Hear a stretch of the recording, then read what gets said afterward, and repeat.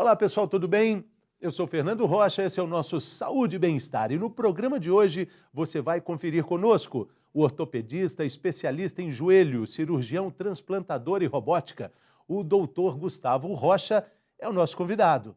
A atleta paralímpica de vôlei sentado, Luísa Fiorese, também participa desse programa especial sobre próteses ortopédicas. Claro que a gente tem, como sempre, o quadro Mitos e Verdades para falar sobre noções equivocadas sobre próteses e o funcionamento das próteses.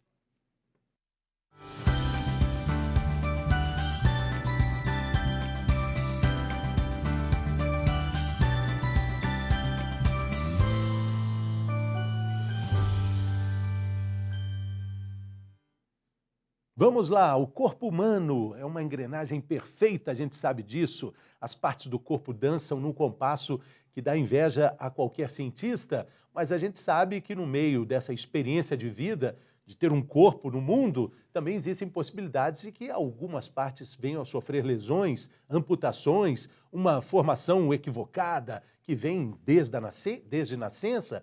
A medicina, juntamente com a ciência, desenvolve então, há muitas décadas, uma tecnologia que auxilia as pessoas com esses problemas para que elas tenham uma vida plena, um corpo funcional, com mais qualidade de vida. E é sobre isso que a gente conversa agora com o ortopedista, especialista em joelho, cirurgião transplantador e robótica, doutor Gustavo Rocha. Seja bem-vindo, doutor. Que alegria. Tudo bem? Obrigado, Fernando. Boa tarde. Bom dia, boa tarde, boa noite. Boa tarde a todos, né? É um prazer estar aqui com vocês e poder mostrar um pouco da nossa experiência, né? Seja com o uso de prótese, seja com o uso do transplante, que são tecnologias e técnicas que auxiliam as pessoas aí a superar suas dificuldades. Doutor Gustavo Rocha, de Montes Claros para o mundo, literalmente. Saiu de Montes Claros e começou a estudar essa possibilidade de qualidade de vida, como a gente disse na abertura, que avança. Se a gente fizer um paralelo de quando o senhor começou a estudar medicina lá em Montes Claros para o mundo atual, é pouco tempo que a gente está falando, mas é muito tempo de evolução, doutor. Exatamente. Eu comecei os estudos na medicina em 2007, nem se pensava em ter robô hoje na ortopedia, igual a gente faz cirurgia com robótica. E uma outra coisa nova, que é o transplante, né? Hoje a gente faz aí transplantes com uma certa regularidade, transplanta tendão, cartilagem, osso, que eram coisas que na época que eu comecei a estudar era tido como se não houvesse tratamento, não fosse possível tratar cartilagem ainda.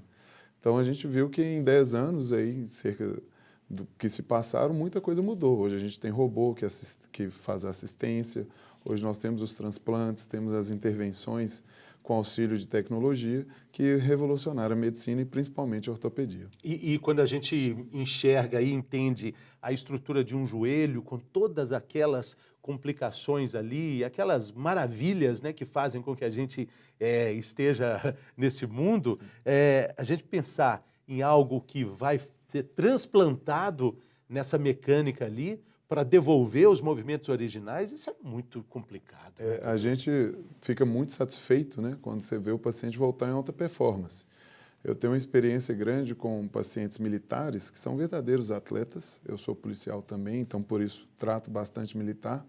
E a gente conseguir reconstruir os ligamentos, transplantar a cartilagem e o paciente voltar a jogar bola, jogar handebol, vôlei, correr, fazer operações policiais, a gente fica muito satisfeito. Daqui a pouco a gente vai ter a participação aqui de uma atleta paralímpica, a Luísa Fiorese, vai conversar conosco direto de Curitiba e acrescentar muito a nossa conversa sobre essa possibilidade de uma vida com muita qualidade, né, doutor? Daqui a pouco a Luísa vai falar conosco, mas eu queria que o senhor desse mais uma esclarecida aqui sobre essa questão das próteses ortopédicas. A gente está falando de transplante de... Isso. Então, assim, são duas coisas distintas, mas que se sobrepõem, né? A gente tem a possibilidade hoje ou de transplantar um tecido, seja ele tendão, cartilagem, osso, e restaurar uma articulação, restaurar um segmento ósseo, né? O fêmur inteiro, a tíbia inteira. Isso é possível com biologia, com tecido humano daquele paciente que fez a doação fígado, rim, córnea, ele também doa tecido. Ele doa pele, ele doa tendões, ele doa osso. É o doador de multitecidos. É muito legal isso, porque é sempre importante falar sobre a campanha que ajuda a vida, que é a campanha de doação de órgãos, o múltiplo doador, né? Exatamente. Quando a gente coloca na carteira de identidade, na carteira de motorista essa informação, a gente está falando de um trabalho que evolui graças a isso também, né, doutor? Exatamente. Se não tiver a conscientização das famílias que o corpo vai doar e vai ajudar aí 35 pacientes em média quando doa todos os tecidos, e que ele vai ser restaurado, que as pessoas vão poder fazer o seu velório, vai ser preservado aquele corpo, é muito importante. E a gente consegue beneficiar muitas pessoas, desde crianças que têm os tumores ósseos, que é muito comum na infância, até mesmo as pessoas adultas que são vítimas de trauma, vítimas de lesão esportiva, né? Ou lesões degenerativas. E o processo de rejeição, ele existe, é uma possibilidade, mas é menor do que outros órgãos? Graças a Deus, na ortopedia, a gente não trabalha com rejeição, porque o tecido, ele é transplantado sem vida e ele é revascularizado pelo corpo de quem recebeu. É diferente do transplante de órgão, que tem que ter uma compatibilidade entre o tecido doado, né, o coração, o fígado, para quem recebeu. Então, no nosso caso, a compatibilidade ela é de tamanho. É se o tamanho daquela pessoa que doou é adaptável ao tamanho a quem vai receber. Então, graças a Deus, a gente não trabalha muito com rejeição. E falando também das próteses, que aí já é um caminho também da área do senhor, né, doutor? Elas podem também fazer esse papel, elas já estão desenvolvendo cada vez mais papéis semelhantes ao que o original? Sim, as próteses elas são principalmente para substituição de articulações. A principal articulação que é substituída hoje é o joelho, seguido do quadril e depois o ombro. Mas hoje a gente também já tem prótese de tornozelo, prótese de dedos, né? Que substitui as articulações. Na evolução dessas próteses, nós começamos com próteses que davam apenas movimentos de abrir e fechar e hoje a gente consegue ter um movimento muito semelhante a uma articulação natural.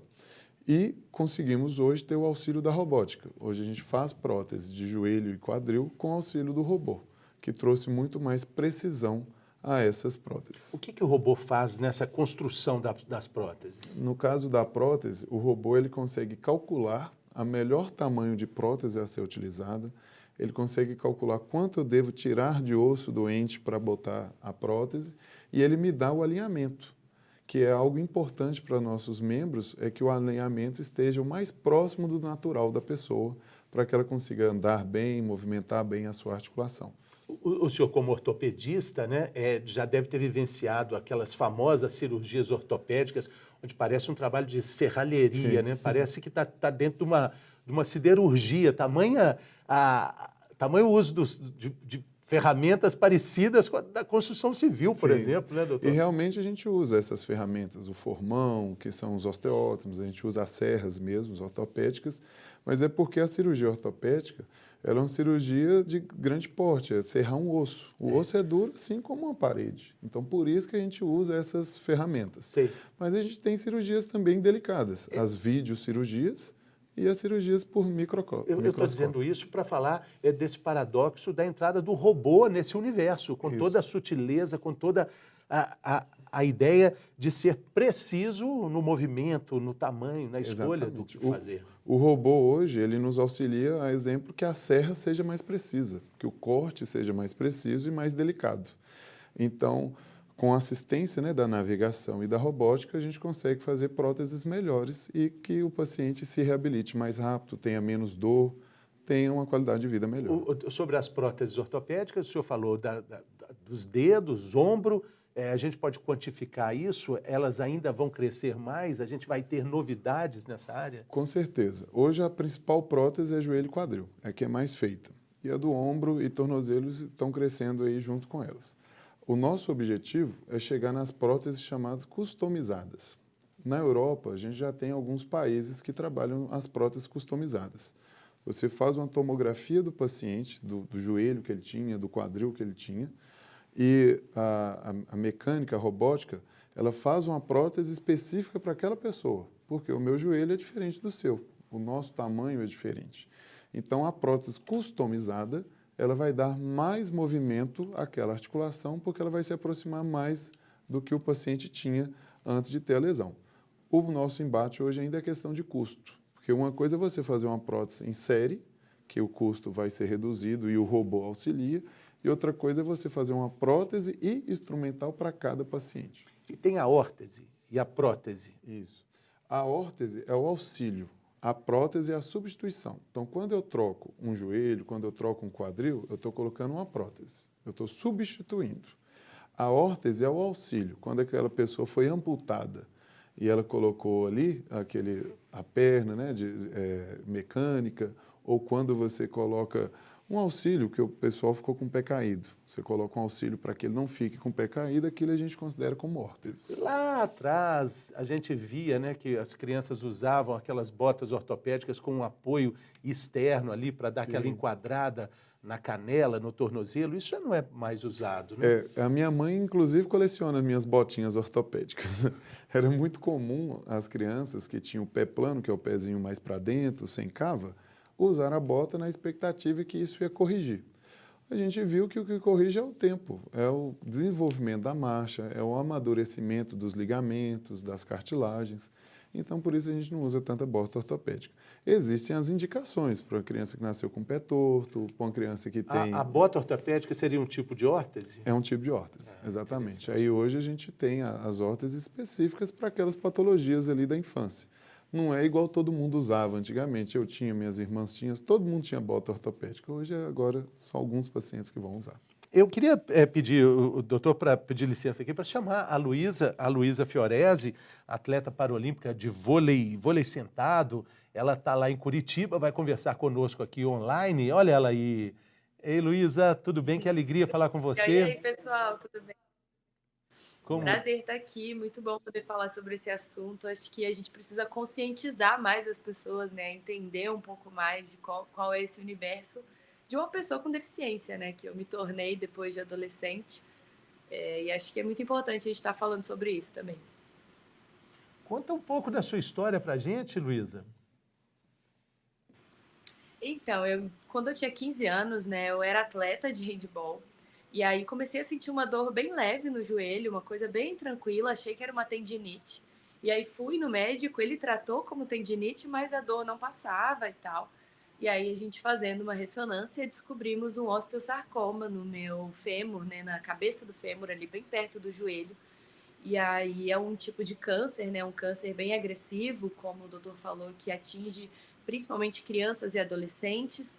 E aí, por isso, eu tive que fazer o processo de químio, e aí tirar o osso, né, colocar uma endoprótese no lugar. E aí eu fiz depois mais um pouco de quimioterapia, cabelo caiu, fiquei carequinha. Depois eu fiz um pouco de radioterapia também. E aí isso tudo foi complicando um pouco a situação ali. Eu tive alguns quadros de infecção também, que deu na prótese, na própria prótese, né? Então...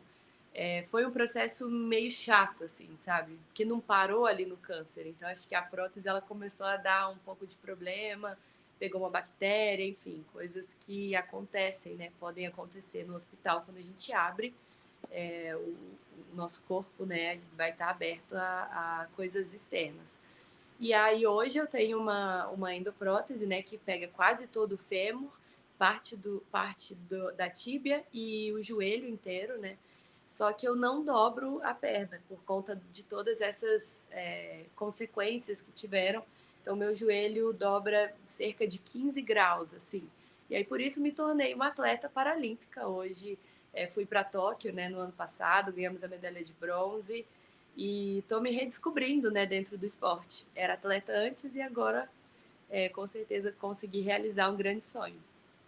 Que bacana, que legal. E o esporte, ele te dá essa consciência de que, com essa alegria que você fala sobre a sua vida atual, as suas conquistas e a possibilidade de mostrar na prática o que você faz para outras pessoas que venham a ter esse tipo de situação, para elas enxergarem essa possibilidade maravilhosa que você encontrou de girar essa chave do lado de dentro, né, Luísa?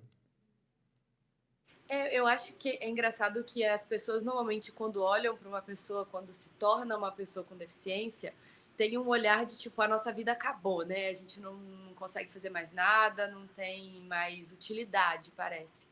E eu acho que essa questão de ter voltado para o esporte, eu fiquei 6 anos longe do esporte, porque eu não conhecia o esporte paralímpico, né? Não sabia nem que eu me enquadrava. Então, acho que quando eu voltei para o esporte foi uma questão de empoderamento mesmo, de olhar para mim mesma, para dentro de mim e falar, cara, eu posso sim realizar os sonhos daquela menina de 14 anos, daquela menina que antes de tudo acontecer sonhava em ir para uma Olimpíada, ganhar uma medalha.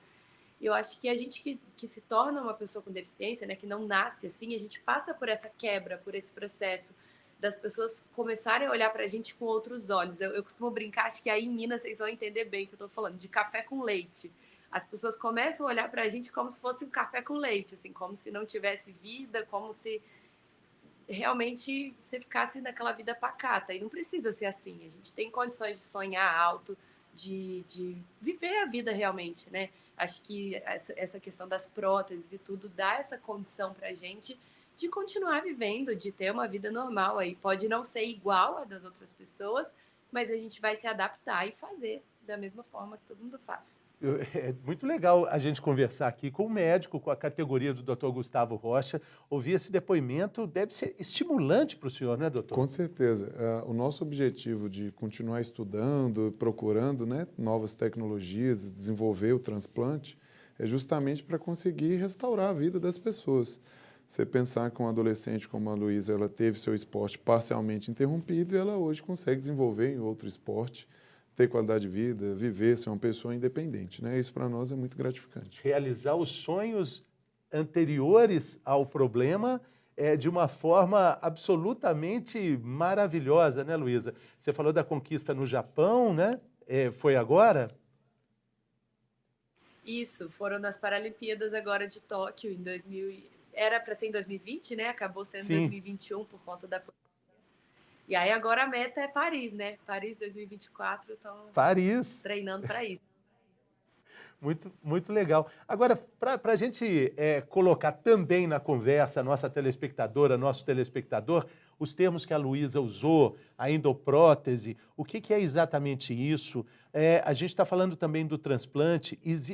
Esse transplante ele seria também importante num caso como o da Luísa? Sim, então as próteses, a gente tem as chamadas próteses convencionais, que são essas que são feitas de ampla escala, com robótica, né? Prótese de quadril, joelho e ombro, que são as mais feitas e agora tornozelo. E existem as próteses chamadas não convencionais, que são as megapróteses, são as próteses que substituem segmentos inteiros, como a da Luísa, que você troca todo o fêmur, todo o joelho, parte inteira da perna, né? Então, essa aí é a chamada prótese não convencional. Essas próteses, em geral, elas são usadas para tratar cânceres, que você tem que tirar segmentos muito grandes. Um exemplo da Luísa. Pode ser que a Luísa, no futuro, precise trocar a prótese dela, porque, como qualquer biomaterial, ele vai ter um desgaste. Quando vai trocar, é comum faltar osso, faltar estoque, para poder restituir uma nova prótese. Uma das coisas que é utilizada é o osso de transplante. Ao fazer a nova prótese, você pega parte do osso de um doador, monta uma nova prótese com parte do osso da pessoa que doou, para ela voltar a ter qualidade de vida, voltar a andar, voltar a caminhar. Então, a gente soma a tecnologia e a biologia dos transplantes para conseguir isso. Uma outra maneira é que, a depender do câncer, se ele é um câncer benigno, porém agressivo, isso acontece na ortopedia. Ele não causa metástase, mas ele destrói a articulação. Você consegue ressecar esse osso tumoral e, ao invés de fazer uma prótese, você enxerta osso transplantado, osso saudável, e ele restaura. Então, a gente tem essa possibilidade também. Luísa, você é jornalista também? Sou formada pela PUC Minas. Foi nesse processo aí, no meio tempo, né? Como eu fui pelo esporte, na verdade, para o jornalismo, viu? Não vou ser hipócrita de falar, não. Fui porque eu queria continuar no esporte e aí foi a maneira que eu encontrei, assim. Falei, se eu não posso mais praticar, tá dentro de quadra, eu vou falar sobre ele. E aí agora a vida mudou, enfim, mas me formei e hoje eu não atuo, né, na profissão ainda, mas me apaixonei pelo jornalismo. Não, então vamos praticar um pouquinho. Eu quero que você faça uma pergunta aqui para o doutor, que você me ajude aqui na entrevista. Por favor, agora é com você. Não, uma ótima oportunidade, porque só abrir um parêntese, assim, só nessa conversa eu já tive um mundo de esperança aqui, porque a gente realmente passa por essa insegurança, assim, de não ter mais osso, né, que é o que o doutor falou. Eu tive que fazer 5 cirurgias para reparar as infecções, e aí, nesse momento, eu acabei ficando com o fêmur bem curto, né, então hoje, se eu precisar revisar essa prótese normalmente, eu não teria mais osso suficiente para colocar. E eu acho que uma pergunta legal de se fazer é se esses enxertos ósseos, eles também substituem a articulação? É possível fazer hoje uma perna sem nada mecânico, que seja só de pessoas, né, de transplante, ou a gente precisa ainda desse auxílio externo? Sim. Então, Luísa, vai depender do tamanho da lesão. Um exemplo, se essa lesão for uma lesão concentrada no meio do segmento, no meio do osso, às vezes você consegue ressecar esse osso doente, retirá-lo e colocar um osso transplantado, sempre com auxílio de placa, parafuso e esse osso restaurar. Isso é possível. Nas articulações, especificamente, às vezes você consegue não precisar trocar a articulação e trocar parte dela, que a gente chama de biologic joint. É quando você troca um pedaço, um exemplo, a parte de dentro do joelho. Você vai lá e troca isso por uma cartilagem transplantada. Então, é possível sim. Só que o que tem que se avaliar é se você está tratando uma doença degenerativa, uma doença traumática ou um câncer maligno.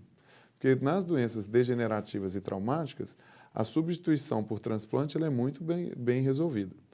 Porém, na lesão tumoral, às vezes você é obrigado a tirar todo aquele segmento e aí não dá para transplantar tudo. Você usa parte transplante, parte prótese ou usa só a endoprótese. Porque, infelizmente, a gente precisa da chamada margem livre para tratar o câncer. E aí, Luísa? Não, eu já estou querendo marcar minha consulta saindo daqui, já vamos ver o que dá para fazer para melhorar aqui. Eu acho que a Ô, gente tem Luísa, o auxílio também da tecnologia, né? Acho que essa questão da medicina tem avançado muito todo esse período. Porque comigo aconteceu há 10 anos atrás. Então eu imagino, né, doutor, que há 10 anos não estava do jeito que está hoje, assim, com a tecnologia que a gente tem hoje. E também acredito que daqui 5 anos muita coisa vai mudar, muita coisa vai evoluir. Então, acho que a medicina melhora a cada dia, né? A gente consegue ver isso. A exemplo no caso da Luísa, com certeza o material da prótese que ela fez há 10 anos não é mais o material que a gente usa hoje. Na época era endoprótese praticamente todas de polietileno e hoje a gente já tem endopróteses com metais melhores, com titânio, com durabilidade maior. E a outra evolução, um exemplo, ela falou que ela tem pouco estoque ósseo, que é o que acontece quando você vai trocando prótese. A gente, além de conseguir transplantar para ter estoque, às vezes consegue mandar fazer a prótese própria para ela, mede o segmento dela e manda customizar. Ainda o impeditivo seria custo, mas a gente já sabe que na Europa, em alguns centros, a gente já consegue fazer essa prótese customizável, fazer uma prótese para o tamanho dela. boas notícias, hein, Luísa? Não é? Quem sabe aí a gente não tenha boas notícias para o futuro. É porque realmente, assim, o meu dia a dia hoje eu consigo fazer meio que de tudo, mas essa questão de não conseguir dobrar né, a perna 15 graus é muito pouco. Então, para viajar de carro, viajar de avião é muito difícil. Subir e descer a escada eu acabo subindo e descendo com uma perna só. Então, eu acredito muito na medicina, assim, eu acho que tenho condições de evoluir, né? Porque quando a gente tem uma patologia, alguma coisa assim, a gente pensa só em regredir, né? Que quando a gente vai acontecendo esse tanto de coisa, de infecção, isso e aquilo, a gente acha que só regride. Mas eu vejo na medicina, assim, uma esperança realmente em melhorar, né, a qualidade de vida. E eu acho que tem duas coisas aí que se completam, que é a medicina e é também a medicina que trabalha junto com o esporte, né, doutor? Sim, com Queria que a certeza. Luísa contasse para a gente quando é que foi que você começou a entender que o que seria um ponto final em um sonho de ser um atleta se transforma na possibilidade, se transforma na ponte para uma adaptação e essa transição em uma atleta olímpica que brilha no mundo inteiro. Onde é que muda esse ponto de vista? Onde é que mudou para você, Luísa? Cara, mudou para mim através do conhecimento do esporte, porque infelizmente hoje o esporte paralímpico ainda é pouquíssimo divulgado, poucas pessoas sabem que existe ou conhecem muito pouco, né? Só veem ali talvez o atletismo, natação, alguma coisa, o futebol de cego e acha que é isso, né? Acha que acaba aí, sendo que o esporte paralímpico ele é muito amplo, ele atinge muitas pessoas, né? Eu achava que só podia ser atleta paralímpico quem não tinha perna, não tinha braço, andava numa cadeira de rodas e não enxergava, né? Eu achava que era isso. E estava muito equivocada, realmente, depois que eu descobri a modalidade, né? Na verdade, eu fui descoberta. Eu estava participando de um programa de TV e uma das atletas da seleção estava assistindo o programa e ela viu que eu sou alta, né? Tenho 1,77 m, então para o esporte, para o vôlei em si, ajudaria muito. E ela me fez o convite. E aí, nesse momento, eu passei a conhecer a modalidade e entender que eu posso fazer parte, sim, desse universo, que essa porta ela estava aberta para mim e aí as coisas começaram a acontecer de uma forma muito natural, né? A gente que já é atleta tem uma memória muscular, tem uma memória, por mais que eu fosse do handball e fui para o vôlei, né? São duas modalidades diferentes, mas a gente que é atleta uma vez, acho que as coisas acontecem de uma forma muito rápida. Interessante. Doutor, a gente tem na Fórmula 1 um grande laboratório para produtos que vão ser colocados no nosso dia a dia no trânsito, né? O freio a disco, existem vários componentes, o trabalho de suspensão dos carros, a gente usa, mas na verdade eles começaram a ser desenvolvidos em alta performance. Será que a gente pode fazer um paralelo também com o esporte paralímpico, nesse sentido? Tipo, a prótese e os aparelhos que a Luísa usa hoje podem também ajudar mais para frente pessoas na vida de todo dia? Com certeza. O esporte paralímpico, ele melhorou, né, os materiais serem mais leves, né, das hortas. Tem aquele atleta que ficou muito conhecido, o atleta sul-africano, que corria com os pés biônicos, né, que falavam que, na verdade, era fibra de carbono e que dava um grande impulsionamento para ele. E hoje, as principais próteses de melhor qualidade, né, as órteses aí para quem é amputado, são a base de fibra de carbono. Então, isso acontece sim no esporte paralímpico e no esporte olímpico como um todo. A maioria das técnicas novas de tratamento, que seja com o uso de célula-tronco, uso de biológicos, a gente começa usando os atletas de alto desempenho e depois passa a usar na população geral, pensando aí na regeneração dos tecidos. Então, é sempre o alto desempenho, ele é o laboratório que vai chegar para a população. Interessante. Geral. Agora, o desafio, Luísa, é o acesso a esses equipamentos todos, né? Imagino que seja uma luta constante, né? Assim, eu convivo com muitas amigas, pessoas que usam prótese, de fato, né? Aquela prótese que substitui a perna, né? E são equipamentos caríssimos. Eu moro mesmo com uma amiga minha que o pé dela quebrou e aí não conseguia treinar, porque o pé é tipo R$ 30.000. E aí do nada você tem que desembolsar. Sabe, é bem caro, é bem inacessível. Então, alguns atletas possuem patrocínio, essas coisas que acabam ajudando, mas ainda é um material bem caro, que não está acessível à população toda. Enfim, as próteses do SUS, a gente sabe que não são com essa qualidade toda que a gente precisa para o alto rendimento, né? O alto rendimento, ele demanda... cada detalhe é extremamente importante. Então, essa coisa das próteses mais leves, de um joelho que funcione bem. Então, tipo, no meu caso, hoje, eu deixo de fazer algumas coisas, alguns exercícios de academia, por exemplo, porque eu não tenho uma qualidade suficiente, tipo, um joelho que dobra. E aí esse acesso, ele é mais precário mesmo, né? É bem complicado. Eu vejo essa luta das meninas aqui. E tem um treino para usar a prótese, por exemplo, se você muda a tecnologia que você está usando, você tem que se adaptar meio que completamente a essa nova tecnologia? Existe todo um processo para essa adaptação? Então, no meu caso, como é endoprótese, eu não troco ela com essa frequência, né? Eu nem deveria ter trocado ainda, eu só troquei por conta da infecção. Então, é realmente um processo no qual eu tenho que abrir a perna, tirar a prótese antiga, colocar uma prótese nova. Então, isso não acontece com frequência. Eu só mudei uma vez. E aí eu acabo me adaptando ao que foi dado ali. No caso de quem usa prótese, realmente, a prótese que substitui a perna, né? Então, por exemplo, quem não tem joelho, e aí precisa de usar o joelho de prótese, né? Um joelho que realmente ela depende tem diferença, assim. Sim, sim. Posso Por falar? favor, doutor. Na verdade é o seguinte, existem a fase inicial, vamos supor que a pessoa sofreu um acidente e foi amputado, que ele já era um adulto, ele tem que primeiro adaptar o coto, porque aquilo tem que ter uma resistência, forma-se um calo mesmo para aguentar a superfície da prótese, né? A superfície, seja ela de acrílico ou de fibra de carbono. Então, existe sim, uma terapia para isso, né? Um tipo específico de fisioterapia para adaptação do coto. Desde a fase de cicatrização até quando ela vai mesmo caminhar, fazer alguma atividade física. E quando troca, vamos supor que a pessoa tinha uma prótese daquela que o SUS dá, que ela é mais rígida, mais pesada, e conseguiu comprar uma prótese de alto rendimento, né, de fibra de carbono, de uma liga leve, ele também vai precisar adaptar o treino de marcha, adaptar a corrida, porque muda o peso, muda a biomecânica, que é como essa prótese funciona, então ele vai precisar do auxílio do fisioterapeuta.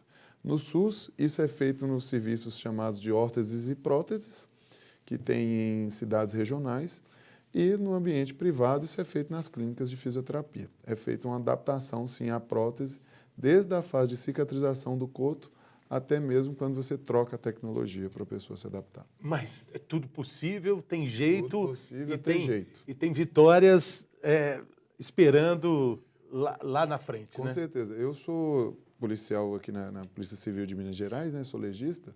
Eu tenho na nossa equipe lá 3 colegas. 2 são amputados de membro inferior e são peritos criminais. São profissionais de alto gabarito que passaram pelo concurso público da polícia. E tem um outro que foi vítima de acidente, que ele também não dobra o joelho, assim como a Luísa, só que ele não usou uma endoprótese, ele sofreu uma artrodese, que é a junção das articulações. E trabalha conosco perfeitamente. É claro que tem as suas limitações, todos eles têm, mas a polícia mesmo já reconhece os deficientes e trabalham conosco lá em cargos de importância. Valeu. Bom, quero agradecer demais a presença de vocês dois aqui nesse nosso primeiro bloco. A gente falou de possibilidades maravilhosas de vida, plenitude, qualidade de vida e saúde também, com o uso das próteses e endopróteses também. Luísa, muito obrigado, valeu, sucesso para você. Queremos muito te ver em Paris, brilhando nas próximas Paralimpíadas, trazer uma medalha e vir aqui no nosso canal Viver Brasil para a gente ver a medalha de perto e te ver de perto também.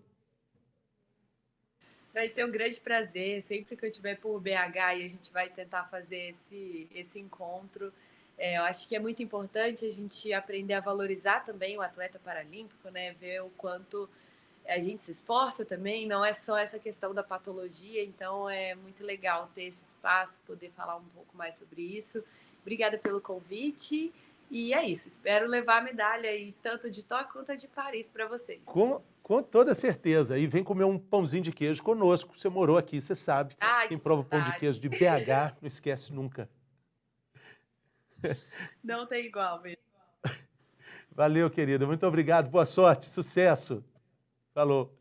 Obrigada. Doutor Gustavo, muito obrigado também. Valeu a presença, igualmente. valeu a participação. Sucesso aí no trabalho, sucesso na jornada. Muito obrigado. Obrigado pela oportunidade e foi muito bom estar com vocês. Valeu. E a gente volta daqui a pouco, depois do intervalo.